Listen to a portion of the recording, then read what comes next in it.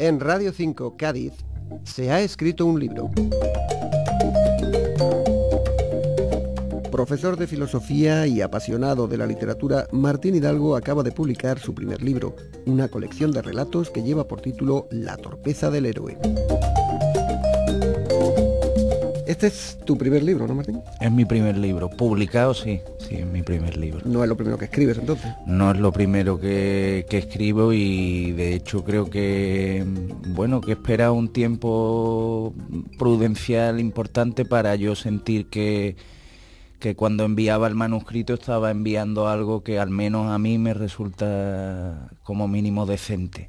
La torpeza del héroe es una colección de relatos. Es una colección de relatos, sí. ¿Tienen algo en común todos ellos o no? Resulta que cuando uno termina de escribir todos esos relatos, los lectores, ¿no?, amigos, familiares que lo leen, pues resulta que sí que encuentran algo en común entre todos ellos que yo no, en principio no había previsto, ¿no? ¿Pero qué dices, Martín? Pues sí, yo creo que ese es uno de los misterios, ¿no?, de esa magia que tiene la literatura, que uno escribe y dice cosas y resulta que los demás ven cosas, relaciones, factores que uno no había previsto, ¿no? Y sí que es cierto que muchos de esos lectores pues me hicieron ver que había un cierto hilo conductor, ¿no? No diría yo que el 100% de los textos que hay, pero sí diría yo que los relatos que realmente le dan cuerpo al libro tienen un hilo conductor y que tiene que ver con eso, con la figura. ¿Y cuál es ese punto en común? Bueno, pues yo creo que sería el encuentro de alguna manera de la figura del héroe, aunque cualquiera que lea el libro va a ver que son unos héroes muy torpes, muy sui generis, y el encuentro del héroe con el destino, con una idea en mi caso muy influida, ¿no?, por mi conocimiento y mis lecturas de la antigüedad clásica. Entonces un entendimiento del destino tal y como lo hacían los clásicos, ¿no?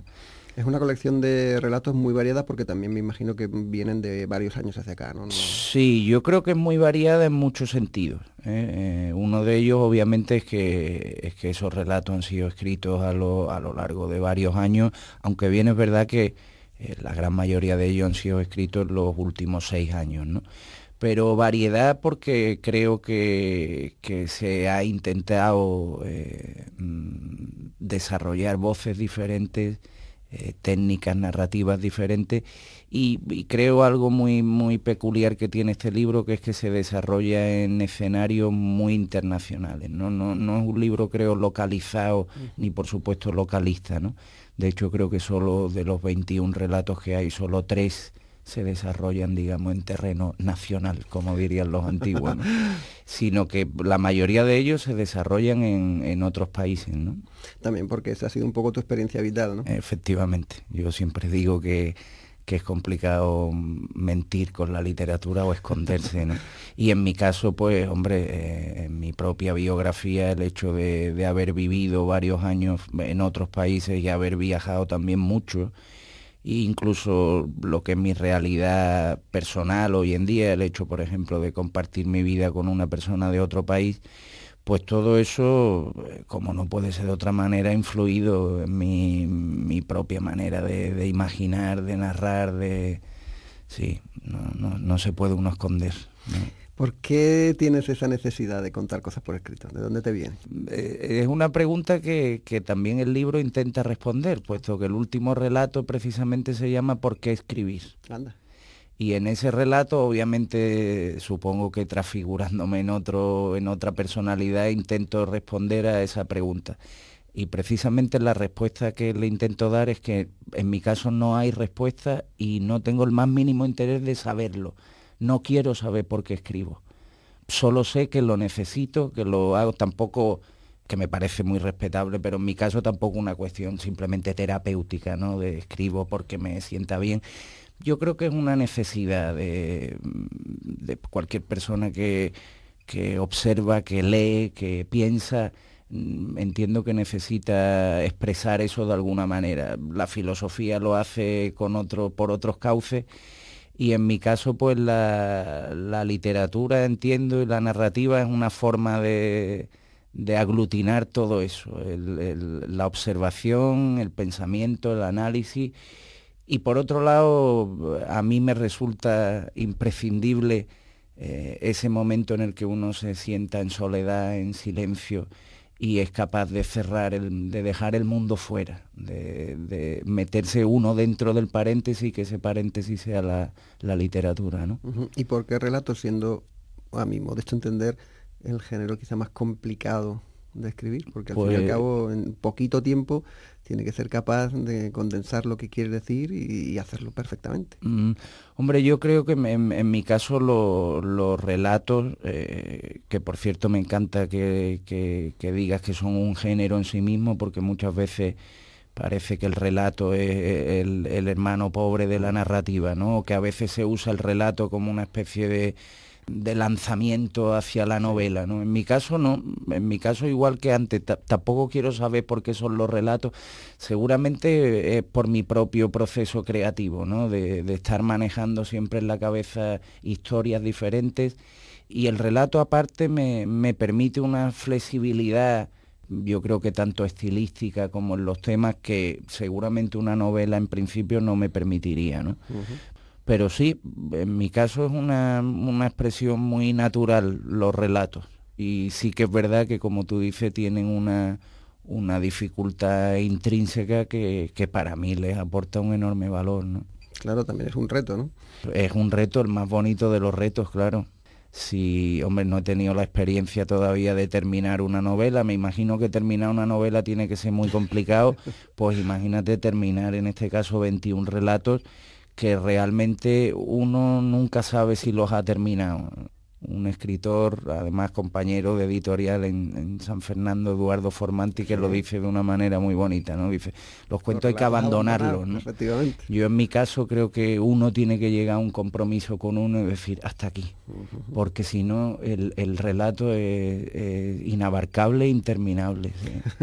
Bueno, en este caso son 21 relatos los que aparecen en La torpeza del héroe. ¿Quién dirías tú que es un héroe hoy en día en este mundo en el que vivimos? Bueno, yo creo que los héroes siempre han sido y serán los mismos. Y seguramente los héroes que no saben que lo son. Porque cuando uno se sabe héroe, resulta algo muy peligroso. Y la historia, yo creo que nos ha dado muchos ejemplos de los que se creen y se pregonan héroes, han cometido unos escarnios tremendos, ¿no? Yo creo que los héroes de verdad son los que no saben que lo son, los que están atrapados de alguna manera en un destino, o se enfrentan a una serie de avatares en su vida realmente excepcionales que exigen de ellos un comportamiento, una actitud heroica en ese caso, ¿no? Lo que sí es verdad que los héroes de mis relatos no tienen nada de ejemplares o de heroicos, porque cualquiera que los lea verá que precisamente se entregan a unas empresas vitales, pues en la mayoría de los casos bastante patéticas o esperpénticas, ¿no? Sí, sí. Por ejemplo, cuéntame alguna. Pues mira, por ejemplo, te puedo contar que hay un tipo de un relato que se llama El ignorante autodidacta, que decide con apenas 9 años que no quiere volver a aprender nada más en su vida. Y pasa toda la vida intentando no aprender nada más. Hay otro que se llama El mimo inquieto, que es un mimo de profesión que se da cuenta que ya es imposible quedarse quieto frente al público porque hay algo en su interior que le produce una cierta ansiedad que ya no le permite paralizarse, ¿no? Hay otro relato al que yo le tengo mucho cariño, ¿no? Porque es un homenaje por mi parte a varias cosas, a la literatura, a la música, que es mi otra gran pasión, el jazz en particular, y hay un trompetista de jazz que se entrega a una vida pues de alguna manera bastante perdedora, ¿no? ¿Dónde buscas tú la inspiración para cualquier cosa de las que escribes? Pues mira, la inspiración, aunque suene atópico, suele llegar en cualquier sitio y sin avisar. Pero si vamos a derrumbar aquí otro tópico más, yo no soy de esos que cree que la inspiración lo coge a uno frente a un atardecer o embobado frente a una pared blanca, ¿no? La inspiración te ha de coger escribiendo. y muchas veces uno comienza con un milímetro. Yo a veces empiezo relatos con un nombre nada más, de pronto me viene un nombre a la cabeza que me gusta, me parece sugestivo, y me siento a ver qué sale de ese nombre. Y para mí al mismo tiempo es parte de la magia de la escritura, de sentarme frente, en este caso, al teclado y no saber a dónde voy. Y las cosas llegan escribiendo. Pero en mi caso a lo mejor particular, pues mira, muchas me han venido en el balcón de mi casa, en el casco antiguo en Cádiz, mirando, en la azotea atendiendo, conduciéndose. Para mí es un momento de reflexión enorme, y pues sí, en situaciones tan cotidianas como esa, sí. Bueno, ¿qué es lo próximo que tienes en mente? Bueno, pues lo próximo ya lo empecé hace prácticamente un año, que estoy con otro texto posible, que además, si te soy sincero, no sé muy bien lo que es, porque no es una novela en absoluto, pero tampoco son relatos, es un texto fragmentario que sinceramente no sé a dónde va, pero que lo estoy disfrutando mucho. No sé si llegará a algún sitio, si se publicará, si no, pero ahí estoy. Y el otro proyecto también, en mi caso ahora muy ilusionante con el que estoy, es la apertura el año que viene yo vivo aquí en Cádiz, soy de Cádiz, perdón, pero trabajo en el Puerto Santa María, y allí abrimos el año que viene, a partir de octubre, una escuela de escritura creativa permanente para jóvenes. Entonces estamos este año trabajando pues todo lo que es el lanzamiento, la programación, todo eso, y en eso pues también se van muchas de mis ilusiones literarias ahora mismo. Estupendo, pues de momento nos quedamos con este libro de relatos, La torpeza del héroe, que espero que tenga mucho éxito y que a la gente le guste mucho. Bueno, para mí el éxito ya está conseguido, que es que estemos hoy aquí hablando, que el libro esté publicado, que pueda leerme gente que no me conoce, y que sigan mis ganas por escribir. Que no decaigan, Martín. Muchas gracias por estar con nosotros. Muchas gracias a ti.